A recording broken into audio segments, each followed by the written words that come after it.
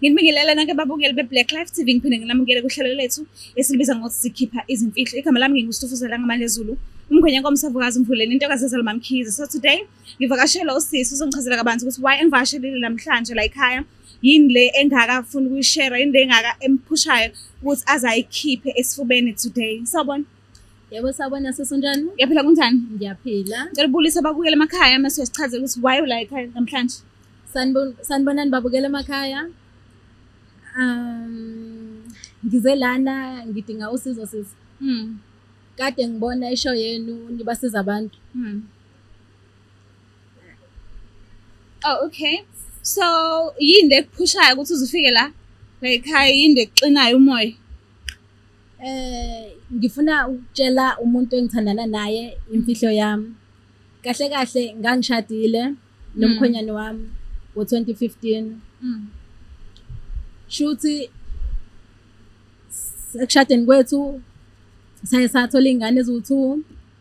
Umkhwenyane wami wabe seyagula, washona. Oh, excuse. So manje usuthole umuntu omusha? Ya, ngingasho njalo. Ekuhambeni kwesikhathi ngike ngathola umuntu omusha ngathandana naye. Oh, hayi lo. Hayi lona enginaye manje. Hayi lona enginaye manje. Nahlukana. Ekuthandaneni kwethu nobhuti sesanenkinga. Ubhuti uthe engivakashele. Ubhuti wasithemba siqala inkonzo yasekamereni. Ubhuti wazibhoshela. Yo, empedeni. Ngoba yayiqala leyo nkinga, ngaba nenkinga ngangazi ukuthi kwenzakalani. So ngangazi ukuthi kanjani empedeni nina ni busy and then yena kwenzakalani? Shuthi ufikile sahlala kwamnandi sitheme siqala inkonzo yasekamereni. Ngezwa ivumba engalazi mengithi ngiyabuka ubhuti sezimoshelile. Ma lawo mahloni ya kwenzakalani? Ya kwaye kwanzima because ngangazi ukuthi inkinga ikumina noma ikuyena yena. Wakhishwe isisu vele? Cha, ngathi mengimbuza bengenalutho. Ya izinto azibanga sahamba kahle phakathi kwami naye. So sagcina sesiyeka. Nahlukana? Sahlukana kanjalo nje. So uma umbuza wathi into eqala ukwenzeka kuyena ngaleso sikhathi noma wayegula, uthi ukwenze njani? Wathi kumina yayiqala ukwenzeka. So ekuhambeni kwesikhathi ngeke ngaphinda ngathola omunye futhi. Sajola kwaphinde kwenzeka semthing eyenzeka lo munye esiqaleni. Eyenzeka kubhuti. So and lento le yenzeka manje enkonzweni yasekamereni. Mesiqala nje inkonzo yasekamereni iyenzeka. Emveni koba yenzekile baye bangasafuni ukuqhubeka nami and nami ngiyane senginamahloni siyahlukana ngaleso sikhathi. Ya manje ngoba ngize la ekhaya ngizocela usizo. Sengibonile nibasizile abaningi. Ngiyathemba nami ngizosizakala. Ukhona esengimtholile manje. Kuhamba kanjani isimo namukelana kangakanani? Hawu Nkosi yami. Si-right and ngiyabona naye ulo muntu lo ngimdingayo. Nje yonke into i-right manje inkinga ukuthi ngiyesaba ukuya naye inkonzweni yasekamereni. Because usaba ukuthi ngase kuphinde kwenzeke. Ukuthi kuyophinda kwenzeke le yenzeka. Mawucabanga indaba baze bafike ekuthenini bazikhulule nisenkonzweni yasekamereni. Kwenzeke kabili kubantu abahlukene. Mawucabanga indaba. Ngiye ngaya kumuntu obonayo wangitshela ukuthi kungenzeka ukuthi umkhwenyane wami wayengicuphile. Oh, okay. So umyeni wakhe akaza zasho lutho emayelana no? Akazaza angitshele lutho. Manje lento inzima kumina because umkhwenyane wami akasekho. So uke wamgangela nomkhwenyana before mawubhekile isikhubi isizathu ukuthi aza kufinyelela emqondweni ukuthi akucuphe. Wow, amgangela before. Umkhwenyana wami ube umuntu onesikhwele kakhulu. And ube umuntu osebenzela kude kunami. So ngiyacabanga ukuthi wayengangithembi. Oh, bekushiya ekhaya nabantwana. Esebenzela kude kunami. So ngiyacabanga ukuthi ubecabanga ukuthi mhlawumbe uyasala ugange. Kona ngaze ngimgangela. Manje ngiyesaba ukuthi izinto zizophinde zimoshakale phakathi kwami nalo sengimtholile. Kanti ubhuti mengimbheka ulo muntu ufunwa yimina. Ulo muntu ekade ngimdinga empilweni yami. Siyathandana yonke into right. Unabo abantwana ubhuti lo? Unayo ingane eyodwa. And umfice esingle. Ingathi naye waba nenkinga kwi-relationship yakhe but ngazi kanjani. So ubhuti uyayithanda ingane zami, u-right and bekhulume nani ngokuyovela ekhaya. Oh wow. So manje personality yakhe injani? Mase ezumtshela lezi ndaba lezi mawucabanga kuzokwenzakalani? Ngiyacabanga ukuthi uzophatheka kabuhlungu. Angazi ukuthi uzoyithatha kanjani but ngiyacabanga ukuthi sizosebenzisana ngayo yonke lento. So lo muntu lo uyekena ochazelwe ngokuthi umyeni wakho kungenzeka ukuthi wayicuphile. Wathini indaba yokulapheka kwabantu? Wathi kuyenze umuntu alapheke noma kuyohlezi kunjengonaphakathi. Njengoba udinga usizo udinga mayelana nokuthi unethemba ukuthi ungase usizakale. Nothi ngoba nakho yena eshilo ukuthi uyosizakala. Nginethemba sisi ukuthi ngizosizakala. Wathi kumele ngize nomuntu wami akwazi ukuthi asize soba u2. But wathi ake nayi show. Akuyona 100% sure. Oh so ingakho but singazama. So ingakho la wenza ukuthi umtshele mase anihamba naba2 niya kuyena ke lo muntu. Yebo. Mayelana nezeyimali akangibanga eqolo mayelana nokusizakala. Iningi yona imali but ngizimisele ukwenza noma yini. Because umuntu akuyamthanda. Ngiyamthanda and injabulo yami. So umuntu akumele novalo athenwe esaba izinto eziso and afisa ukuthi relationship iqhubeke because uyasaba uzobe uzothini. Ngizophatheka kabi because ngiyamthanda. Ngizoba buhlungu kona kodwa ke ngizokwamkela because ayikho into engizoyenza. Sikuzama ukumthinta simuze uzothini.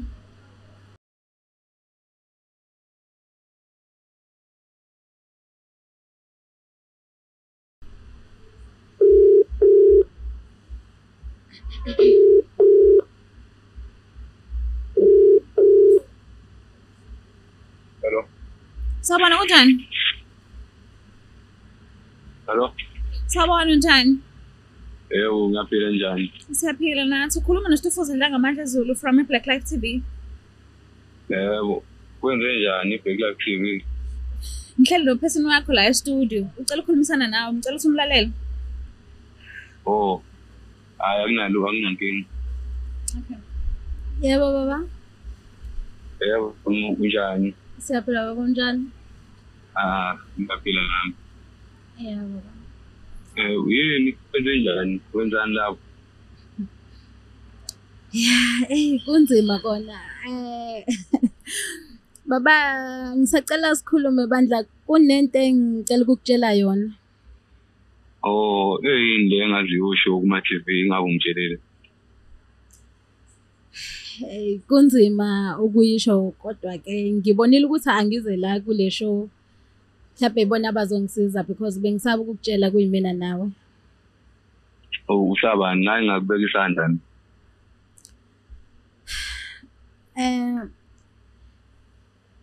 Baba angithi yazi ngiyakuthanda.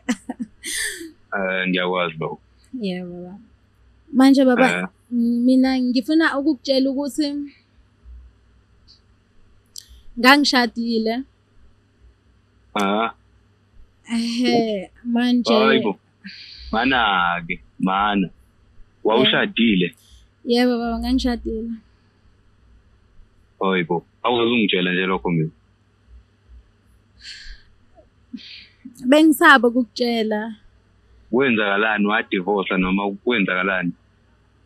Cha, angizange ngidivorce. Umkhwenyana wami wayiwashona. Oh, obese shonile wena usubona ukuthi mina nawe senzeni? Angithi baba njengoba kade uthembisile ukuthi uzoyovela ekhaya manje kunemfihlo engifuna ukukutshela yona before uhambe uyovela ekhaya. Sekuphela isikhathi esingaka wangangitshela ngani wasekuqaleni ukuthi wawushadile. Bengisaba ukuthi izomosha i-relationship yethu baba. Ngiyaxolisa. Oh, ngithi mina-ke isho-ke le mfihlo yakho-ke ngisheshe ngizwe ngoba nami ngibhizi la.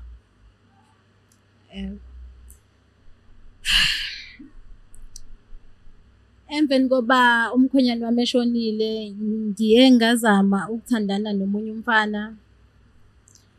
Manje sanenkinga mesizoya enkonzweni yasekamelweni wamane wabhosha. Yini? Yebo. Hayibo hayi. Hayi. Angiphindele ngathi angizwanga kahle. Kunjalo nje ngiyaxolisa bengisaba ukukutshela before.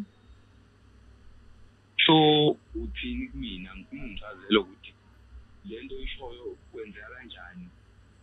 Angizwa baba? Kwenzeka kanjani? Umuntu umelana nawe kwenzeka kanjalo noma sithembe sizoqala inkonzo sekamereni wamane wabhosha but akugcinanga lapho. Asaye sehlukana. Hey. Ekuhlukaneni kwethu ngeke ngathola omunye futhi. Naye kwenzeka the same thing. Yebo baba, ingakho ngikubizile lana. Ngiyesaba. Futhi uqonde ukuthi nami ngisemathubeni akwenze ukuthi kwenzeke leyo nto kumina. Cha, ingakho ngikubizile, ngifuna sisebenzisane mina nawe. Ngibuze ukuthi uqonde ukuthi kuzokwenzeka leyo nto nakumina.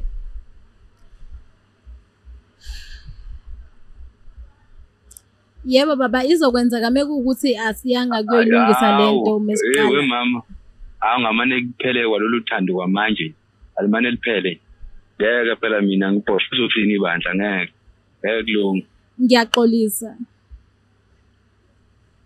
Futhi wena unemfihlo ezimbili nje ongazi ungitshele zona. Ngoba nakho ke sengivezile sengizokukhombisa abantu basekhaya. Uzongitshela ukuthi wena wawushadile. Okwesibili uthi mina ngizobhosha ngeke ukubone lokho. Okokuqala nje uthi wawushadile leyo nto kwakumele ungitshele yona ayibaluleke kakhulu. Kodwa yabona lokho kokubhosha hayi lutho ke mama hayi alimane liphelele uluthando ngeke ngilunge. Ngiyakuthembisa azikho ezinye imfihlo engizifihla ngaphandle kwalezi. Lento lena bese ngayilungisa sobabili. Ukhona umunye ubaba engaya kuyena wathi mangize nomuntu wami. Mhlawumbe ngakwazi ukuyilungisa lento. Hayi ngeke kulunge phela mina ngumuntu osondayo so ngeke kulunge mase ngenza lezi zinto lesintu ngeke kulunge. Ngoba phela wayifaka lento inazana nani nithathandana ngizoqhubeka naye. Manje usho ukuthi manje useyaliphonza nje kanjalo nje ithawula ngothando lwethu.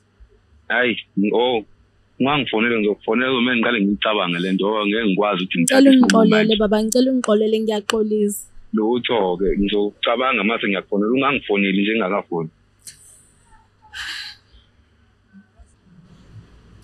Yeah, so usizwa kanjani kusekhulumile naye? But okubuhlungu yazi nakhe kubeka kucaca ukuthi akasafuni into ezohlanganisa nokuthi niqhubeke ne-relationship. So how do you feel? Ihliziyo ebuhlungu kakhulu sisi. But ayikho into engizoyenza. So njengoba ungadivozanga and uvezile ukuthi ufuna ukuya ekhaya ubhuti. Shuthi wabuyela kini? Cha, besahlala kuwona umuzi kamkhwenyana. Usahlala emzini kanti? Yebo. So njengoba bebokuvakashela abantu bebokuvakashela emzini womnyeni wakho? Yebo sisi. Wamuva ekamereni lakho nomnyeni wakho naye ekamereni ley'ngane noma lama-visitor noma usalala ekamereni la embhedeni wakho nomnyeni wakho? Ngisalala embhedeni wami nomkhwenyana wami. Ubaletha kanjani pha abantu yo, okay, so kona-ke ngicela singangena lapho because mhlawumbe unezizathu zakho. But-ke ngifisa ukwazi ukuthi mekuwukuthi ayikho enye into afisa ukuthi ayicabange ame ezwini lakhe lokuthi ufisa yena ukuthi i-relationship iphele, shuthi usuwenza ngani? Uhlala besingle? Sengizamile, ngihlulekile. Ngiyazwelana-ke kodwa nawe because uma umuntu usuke uwumuntu and ukushona kwapartner wakho akubi lula ukuthi uhlale usingle, especially ngiyakubona ukuthi usasemnyakeni emincane akakhulu kangako. Umzimba uney'dingo zawo uwodwa nje and awuhleki uma usudinga lezo y'dingo zawo. Awunandaba noma umnyeni wakho ushonile noma ukushiyile noma senahlukana noma kwenza, awunandaba. Iy'dingo zomzimba nje ziyama nje. Mese kuqhamuka abantu-ke bethi isintu sithi engeke ngizokwazi ukungena kubona manje because bangangihlasela kwi-comment section. But ngiyabuka iminyaka yakho, lento ngisho ukuthi iminyaka yakho singiyibonisa semncane and umuntu uyaphila and unomzimba okufanele ufide iy'dingo zawo. So ngizama uku-understand ukuthi uzomisa kanjani from now on kuya phambili. Sisi wami kunzima kakhulu, angikwazi nokucabanga njengamanje because lo muntu lo uyena themba lami lokugcina and bendizimisele ngayo, so ayikho into engingayenza nami. Angazi shuthi ngokulandelayo uzoba umuntu ongalisho iqiniso kumuntu oyobe usuthole ithuba lokuthi ube kunaye ubudlelwane. Uyobona izinto sezenzeka noma uzoya enyangeni uyi-one mhlawumbe asize wena kuphela nomuntu ongakamtsheli lutho njengobhuti lo, because uyabo ukukhuluma early futhi sithi siyazama ukwenza izinto zibe right mase siyakhuluma, kodwa kube ukuthi futhi sigwaza ngowethu mesikhuluma. So udecide ukwenza njani? Sometimes uyakuthi ukhuluma iqiniso kuse-early. Abanye bayabaleka uthi uzolikhuluma sophakathi nendawo liphinde futhi likushaye futhi. Yebo. So umuntu osekhaya osesimeni esifana nesakho ungam-advise ukuthini? Mina sesincamela ukuthi umuntu akhulume iqiniso kuse-early because yabona mina bese ngizitshelile ngobhuti and bese ngiyi-happy kuzoqala phansi manje kwalo babuhlungu bokushaya ngumkhwenyana wami, so sebuvuka buphindaphindene. So ngincamela ukuthi umuntu akhulume iqiniso kuse-early. Yebo. Angazi sibonga kakhulu ukuthi usivakashele kuhlelo lethu. I hope usizakele ngokukhipha obekusenhlizweni because nokuhlala nje uthule ungakhona ukukhipha okusenhlizweni kwakona kulokho kukodwa nje kuyastressana lokho. So I hope usizakele ngokuthi ukhulumisane nathi. Ngiyabonga kakhulu sisi, ngiyabonga nakusho. Nisiboneleleke nani babukele emakhaya, nani nivumelekile futhi ngaphezu kokuvumeleka ukuthi nisisuggestele nabanye abantu mhlawumbe abalaphi bendabuko. Ningase nishiye inamba zabo ku-comment section noma amagama wabo mhlawumbe indlela esingabasetha ngayo ku-TikTok, Facebook noma la bengatholakala khona engase nibasuggest ukuthi usisi angasizakala kanjani. Yeah, nanokuthi-ke nginikhumbuza ukuthi ni-subscribe, ni-like, ni-share. Ngiyanithanda kakhulu. Kunomoya kakhulu la ngikhona, ngiyaxolisa lokho ngififiyela lapha kumina. Kunomoya la ngikhona, but-ke ya sisendaweni enhle entsha futhi because siyaqala ukushuthela la sekuJoe Slovo khona-ke lapha eThekwini e-Pride of Durban kunema-rainbow, kugcwele ama-rainbow la. Ngeke ngizokwazi uku-advertise-ela, ngiyaxolisa-ke nje ngalapho, but sikuma-rainbow angangozulu. Ngiyathanda kakhulu. Bye.